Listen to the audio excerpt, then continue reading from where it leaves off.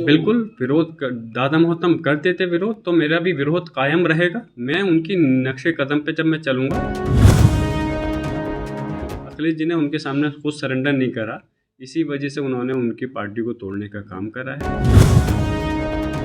है कि हमारे पर दबाव नहीं पड़ा है। हमें क्या लालच नहीं दिए गए जब राज्यसभा का वोट था। उन्होंने विरोध किया है, मैं भी डंके की चोट पर विरोध करूँगा। अभी देश में सीएए लागू नहीं हुआ है, लेकिन जैसी चर्चाएं हैं उससे अंदेशा लग रहा है कि लोकसभा चुनाव से पहले देश में सीएए लागू हो सकता है। हालांकि गृह मंत्री भी इस बार ये बोल चुके हैं कि लोकसभा चुनाव से पहले देश में सीएए लागू हो जाएगा। अब इसका विरोध भी अब नए सिरे से शुरू हो गया है। दरअसल संभल से सपा विधायक और शफीकुर रहमान बर्क के पोते जियाउर रहमान बर्क से पत्रकारों ने पूछा था कि आने वाले वक्त में हो सकता है कि देश में सीएए लागू हो जाए, तो क्या आप अपने दादा की तरह इसका विरोध करेंगे? इस पर जियाउर रहमान बर्क ने साफ शब्दों में कह दिया कि वो बिल्कुल अपने दादा के नक्शे कदम पर चलेंगे और वो सीएए का डंके की चोट पर विरोध करेंगे। अभी चुनाव से पहले ऐसा लगता है, सूचनाएं आ रही हैं, गृह मंत्रालय सीए लागू कर सकता है।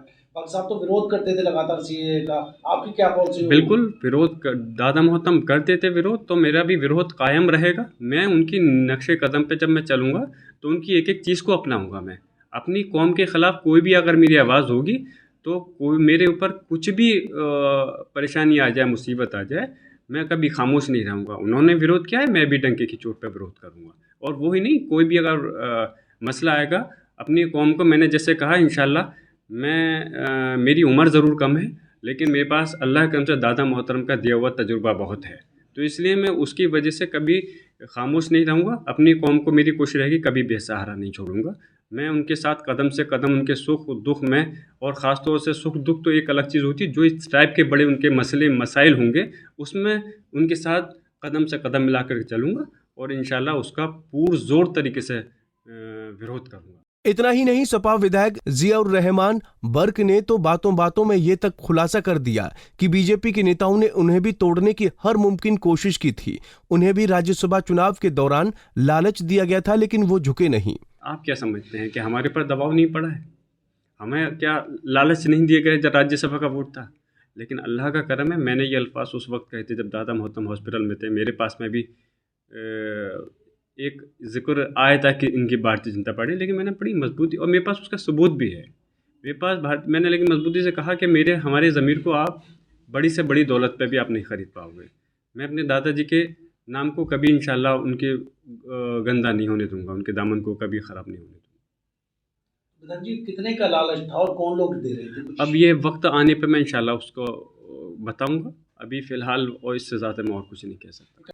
वहीं जब उनसे पत्रकारों ने पूछा कि क्या अखिलेश यादव पार्टी को नहीं संभाल पा रहे हैं, तो इस पर सपा विधायक जियाउर रहमान बर्क ने कहा कि ऐसी बात नहीं है। जब अखिलेश यादव नहीं टूटे तो उनके खिलाफ ईडी सीबीआई को लगा दिया गया। और दूसरी चीज़, जहाँ तक बात आपने कही कि अखिलेश यादव जी पार्टी को नहीं संभाल पा रहे हैं, ऐसा नहीं है कि इस वक्त पार्टी को संभालने की तो दूर दूर की बात है। अखिलेश यादव जी ने, आप ये बात तब कहते कि जब अखिलेश यादव जी ने खुद सरेंडर कर दिया होता बीजेपी के सामने। इस वक्त बड़े बड़े मुख्यमंत्री, बड़े बड़े पार्टी के अहदेदारान सरेंडर कर रहे हैं सीबीआई ईडी इनकम टैक्स के डर से, जो कि भारतीय जनता पार्टी ने उसको अपना एक हथियार बना लिया है।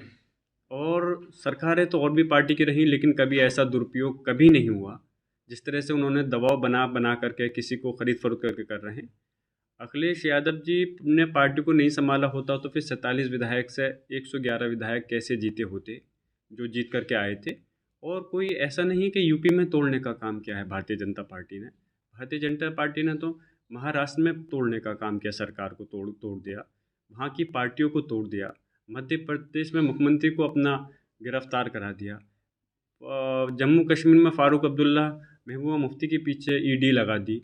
बिहार के अंदर की सरकार को गिरा दिया, उन पर दबाव बना करके नीतीश जी ने पूरा अपना वो कर दिया सरेंडर।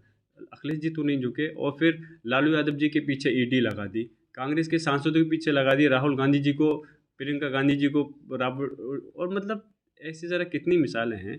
लेकिन अखिलेश जी ने उनके सामने खुद सरेंडर नहीं करा, इसी वजह से उन्होंने उनकी पार्टी को तोड़ने का काम करा है। बता दें कि अभी शफीकुर रहमान बर्क की जगह सपा ने किसी को भी मैदान में नहीं उतारा है, लेकिन चर्चा है कि शायद बर्क की विरासत को जियाउर रहमान आगे ले जाएंगे और वो वहां से प्रत्याशी होंगे।